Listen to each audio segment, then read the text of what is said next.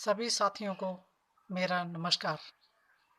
साथियों, आप जानते ही हैं कि इस वक्त हमारे पूरे विश्व में महामारी फैली हुई है जिसका नाम कोरोना कोविड-19 है और इस बीमारी से बचने का अभी तक कोई इलाज संभव नहीं हो पाया है और इस बीमारी से बचना भी मुश्किल है।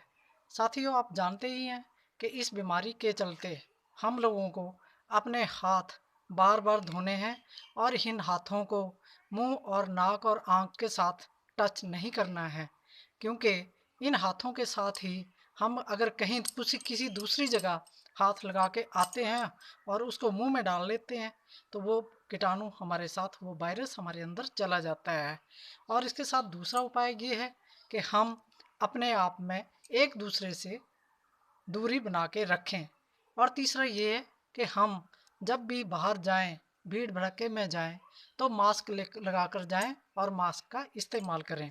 साथियों, कुछ दिन पहले हमने लोगों को मास्क बांटे और ये इस तरीके के मास्क हमने बांटे।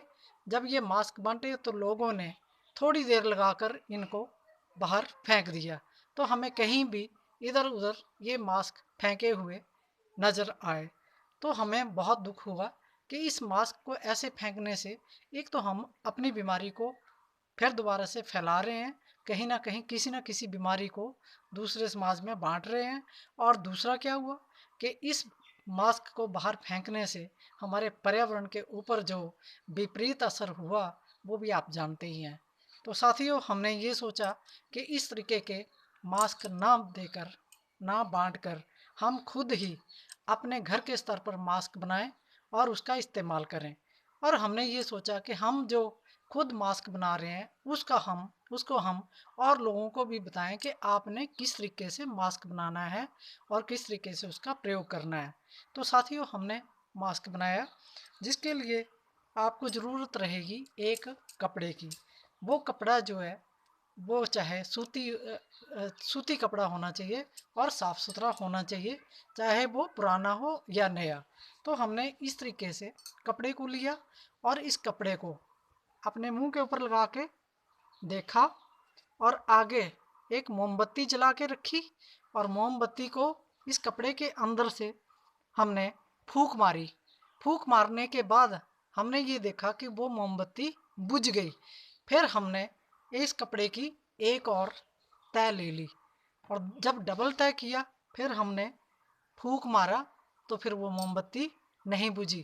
तो इसका मतलब क्या है? इसका मतलब ये है कि हम अगर संक्रमित भी हैं तो हम खांसते हैं या छींकते हैं तो हमारी बीमारी किसी दूसरे को नहीं जाती है।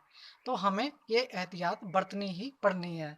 तो साथियों, हमने जो मास्क बनाए उनका हम आपको अब तरीका बताते हैं। ये आप ध्यान से देखें।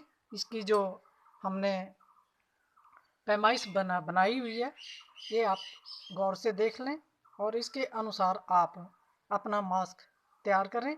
ये बहुत ज़रूरी है कि इसकी लंबाई चौड़ाई और इधर उधर से कितना लेना है और कैसे लेना है। और इसके बाद आप ये इस तरीके का कोई भी बोर्ड लेके बोर्ड के ऊपर इसका ग्राफ बना लें, इसका डिजाइन बना लें।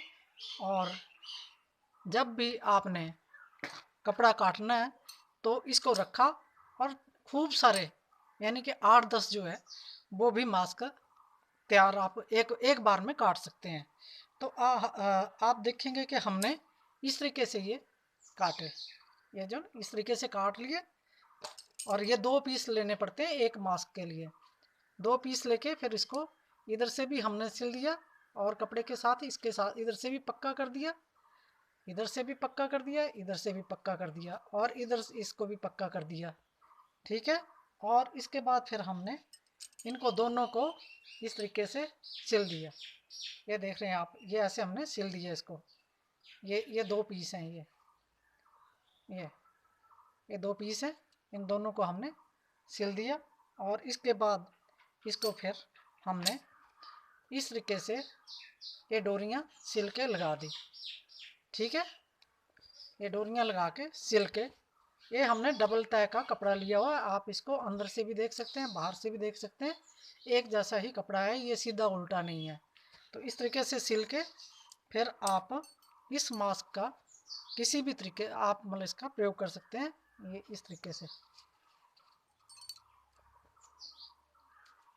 इस तरीके से प्रयोग करके इसको आप बांध के, तो इसमें क्या है कि आपकी अपनी भी सेफ्टी है और दूसरों की भी सेफ्टी है। आपका मुंह भी पूरा कवर हो गया और दूसरों को भी कोई दिक्कत नहीं इससे रहती है।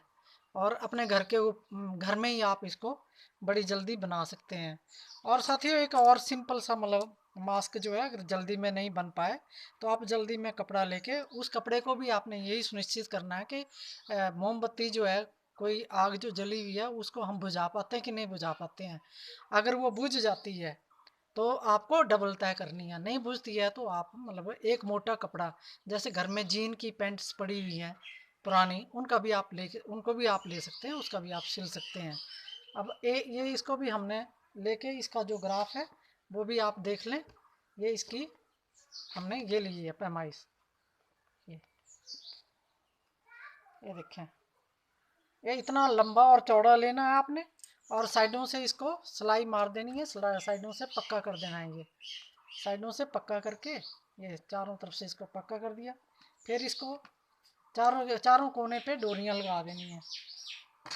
चारों कोने पे डोरियां जैसे हमने ये लगाई, इस तरफ को भी डोरी लगानी है। और इसको भी हम ऐसे अपने मुंह के ऊपर, खेतों में काम करने जाएं या कहीं और काम करने जाते हैं तो आप इस सिंपल मास्क का उपयोग भी कर सकते हैं कि जल्दी से बन जाए और अपने आप को बीमारियों से बचा सकते हैं और दूसरों को भी बचा सकते हैं। तो साथियों मेरा आपसे यही निवेदन है कि आप अपने घर के ऊपर ही इन मास्क का इस्तेमाल करेंगे, इनको बनाएंगे। और एक ध्यान रखना है कि आपने इस मास्क को 6 घंटे से ज़्यादा इस्तेमाल नहीं करना है। और 6 घंटे से ज़्यादा इस्तेमाल करने के बाद आप इसको डिटोल के पानी में और सेवलॉन के पानी में धुलने के लिए या सर्फ में भी इसको धो के सुखा के फिर दोबारा से इस्तेमाल करते हैं। और मेरा आपसे एक निवेदन ये रहेगा बहनों से, जो अपने घर में इस मास्क को बनाएंगी, जितने भी आपके घर के सदस्य हैं उनके लिए अलग अलग कलर के मास्क बनाएं। क्योंकि अलग अलग कलर के मास्क बनाने से क्या होगा कि हर आदमी को पता होगा कि मेरा इस कलर का ये मेरा मास्क है और दूसरे को पता होगा कि मेरा इस कलर का मास्क है, और वो एक दूसरे का मास्क इस्तेमाल नहीं करेंगे। तो ये भी आपने ध्यान रखना। और जो मेरी बहनें घर में बैठी हैं वो इस मास्क को बना के अपना काम, अपना रोज़गार भी चला सकती हैं और लोगों को दे सकती हैं, अपने समाज का उद्धार कर सकती हैं, इस महामारी से बचने के लिए अपना एक बहुत बड़ा योगदान दे सकती हैं और अपने आप को भी बचा सकती हैं और दूसरों को भी बचा सकती हैं। और बाहर से ख़रीदे हुए मास्क लेकर उसको बाहर फेंकने की हमें कोई आवश्यकता नहीं है। ये बनाएंगे तो हम इसको धो के इस्तेमाल कर सकते हैं।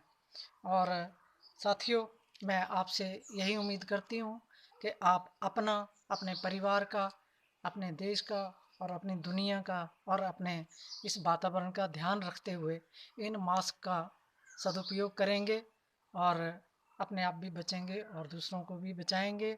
धन्यवाद, बहुत बहुत शुक्रिया। और इस विधि को आप अपने और लोगों के बीच में भी इसको देने की कृपा करें ताकि सब लोग इसका लाभ उठा सकें और अपने आप को और अपने देश को बचा सकें। धन्यवाद।